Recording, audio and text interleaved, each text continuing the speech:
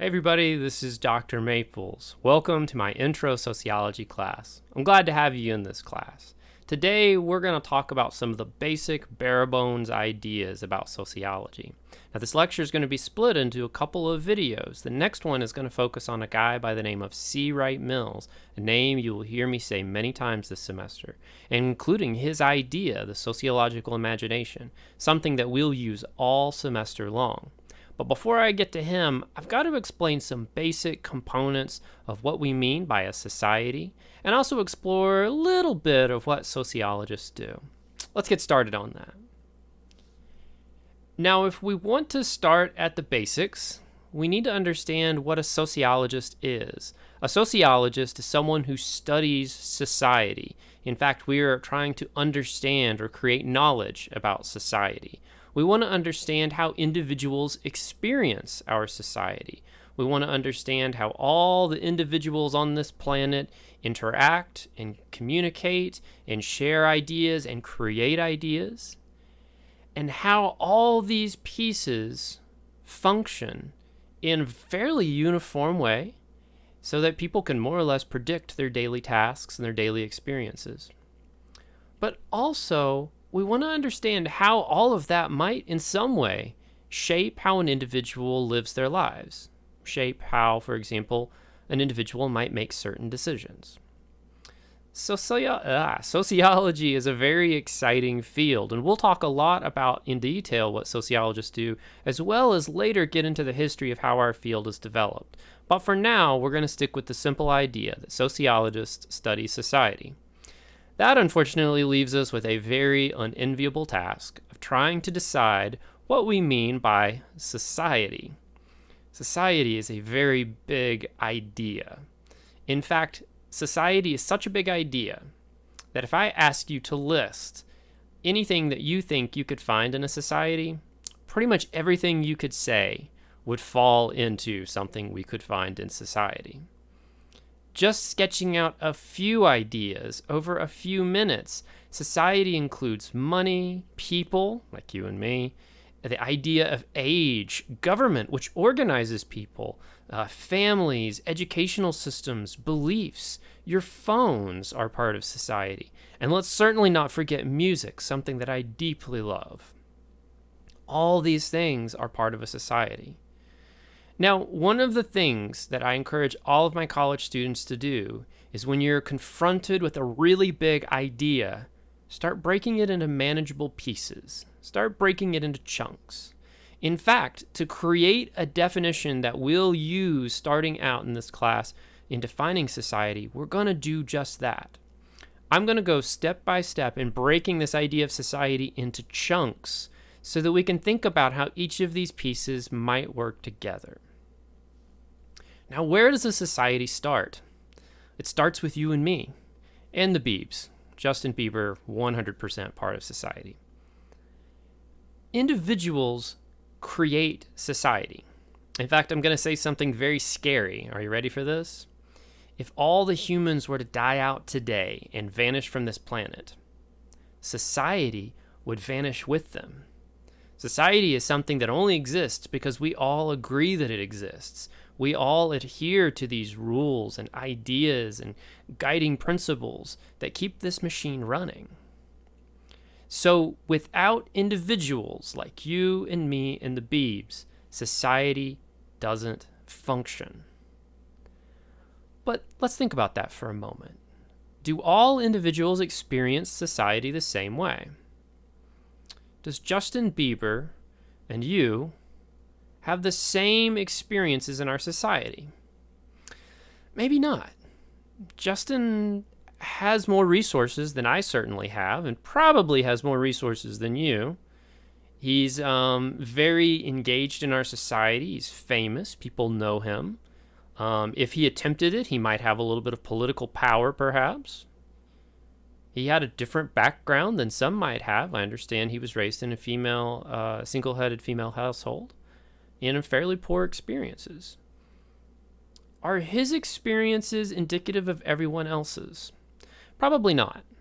There are similarities. In fact, many of us grew up in poor rural areas, certainly grew up in East Tennessee in the foothills of the Smokies.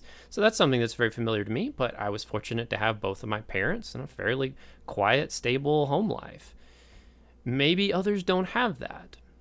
In fact, right away, we start to see that even though individuals are an important building block of our society, we all have different experiences. Now, what in general might explain some of those differences? Well, let me throw a new idea at you. Culture is something that is the total way of life for a group of people at a particular time in the world. It's interesting because it provides guiding principles, ideas of what is right, what is wrong, what's acceptable, what isn't, and even gives a sense of what your goals are. Now, I'm Appalachian, and one of the things that I often think about is how might my culture see the world a little different than maybe others. One of the things that was really common back home for me was the idea that education really wasn't all that valued. When you graduated from high school, you were going to go work for the manufacturing place down the road just like everybody else. In fact, it was the manufacturing companies that were recruiting at my high school, not colleges. It's kind of an odd experience. Is it because we're not smart? No, not at all. In fact, there were 2 different people in my graduating class of 400 and something at a county high school who ended up getting PhDs, me being one of them. So it's not because we're not smart. It's because our culture just decided that maybe those upper degrees weren't all that important. How did that maybe play a shaping role in some of the people back home and their decisions that they made? Likewise, really, high school even wasn't considered all that important for some, and we saw that people occasionally dropped out of high school. How might not valuing education in your culture shape your decisions? It's a big question. Was it the individual who made that choice, or was it something that was reinforced and supported by the people around them? Sociologists are totally interested in trying to understand that very dynamic. In fact, we want to understand how the individual is shaped by all these different things happening around them, including culture. Culture is just one piece of it, though. We have to understand individuals, and we understand individuals are shaped by culture, but individuals are also shaped by the groups that they're part of. Now, what do I mean by groups? Groups can actually include things as close and personal as your family. It's a very classic group, but it also includes our classroom. It includes people working for the same company. It includes EKU students, EKU faculty. But it could also be, too, a football team that you play for. It could be a sorority or a fraternity that you're part of, a club, some kind of major. These are all kinds of groups. In our society, we also have educational groups, such as you belong to an honor society. We have political groups, such as you belong to a particular political party. And you also even have church groups where you adhere to certain ideas of a faith. In fact, that's a really cool thing about groups is that they help explain to individuals what a normal life looks like. Your culture does that too, gives you some basic information, but groups help to reinforce that. In fact, they help you understand how they see the world, and therefore, as a member of the group, that you'd see the world the same way. Also, if you get out of line, if you break the rules, if you're not seeing the things the way that they see them, they might kind of yank you back in line just a little bit. I know my mom certainly did that sometimes when I was a kid. Sort of yank you back into what's acceptable, what's normal for the group that you're in. This is what's normal for our family. You won't behave that way. See how that works? It's kind of cool. It's interesting, too, because the groups that we belong to can even shape the decisions that we might make, the options that we might have available to us, and even the things that we might choose to do later in our life. Pretend for a moment that you're part of a group that has great connections to the business world. Well, it makes sense that you might use some of those connections. But what if you're in a group that maybe has the exact opposite of that? Maybe, for example, that you're a member of a gang. You don't necessarily have contacts in the business world, but you may have other contacts that help you survive in an area where there's very few resources. Groups are powerful. Think, too, about how the groups that you belong to might give you some of the ideas about who you are. So yet again, we see a little piece of society trying to shape how an individual might experience the world. Let's explore that a little bit more. What else is out there? So we've got individuals, we've got cultures, we've got groups. We also have these things called social institutions. In fact, you're probably sitting in one right now as you watch this lecture. Social institutions are the backbone of our society. They include the organizations that help us understand how this world works, and they keep them in order. Things like our education system, our religious systems, governments, family, political systems, our economy, even our media. These are all examples of social institutions. They give us lots of information about how we see the world, about what's happening in the world, what's relevant, what's important. But also they help keep things organized. We have laws that help keep our systems more or less moving in a very predictable fashion. We all understand how our economy works. So when we go to a restaurant to eat and we use cash, we understand what that means. Even our education system is designed to give you the bare bone basics requirements for being a United States citizen. So these social institutions are really important. They're also very effective in helping us have information about how we feel about things when we encounter new ideas. Walk with me through this for just a moment. Think about when you go to a new restaurant for the first time. Have you ever had that experience where you're standing in front of the counter and they're waiting for you to order and you're just staring at this new menu and you're like, I don't even know what this means. I don't know what I want. That's kind of like a social institution could kick in there because it gives us some basic information about how that functions. We have a basic understanding of how a menu works. I can look through the items and try to assemble it, or I can ask for help. These are all things that are sort of the normal behaviors. But think about if you encounter a new idea that's maybe a moral or a political quandary. Your education, your religion, your politics all might come into play in saying, well, this is how you probably feel about an issue.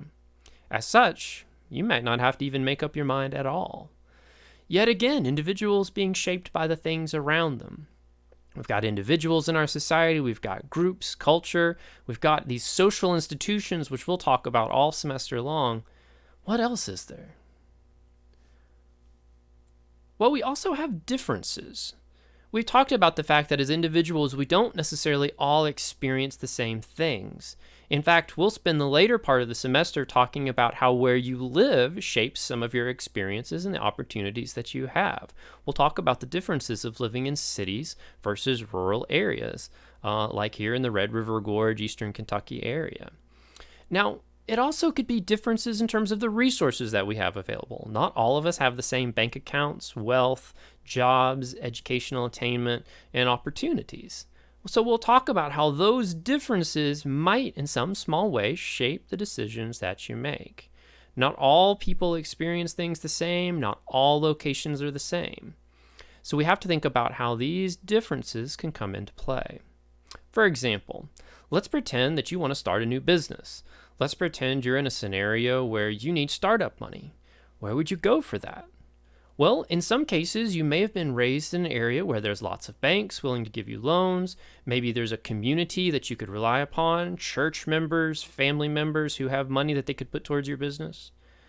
But what if you didn't have those opportunities? What if you didn't have those resources available? How might that make you do different things? Maybe that's where you're setting up accounts like Venmo to get donations from people on YouTube channels, or you're even setting up GoFundMe accounts. These are all really cool differences. So we have to think about how those come into play as well in our society definition. What else do we have? Does society change?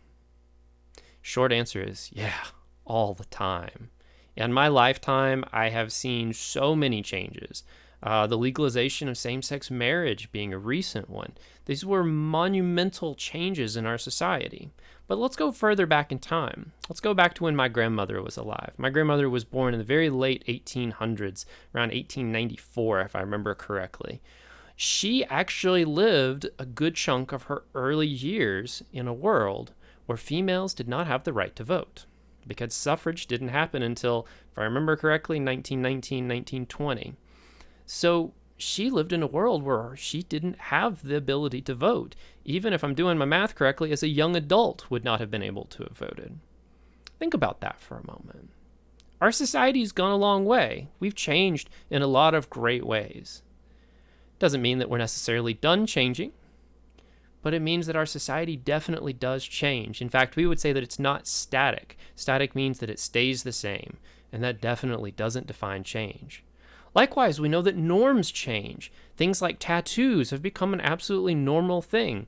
But when I was a kid, having a tattoo was kind of still of a rare, scary thing, you know? You saw a tattoo and you're like, I don't know, maybe I don't want to invite that person to my tea party. I didn't have tea parties, just to be very clear.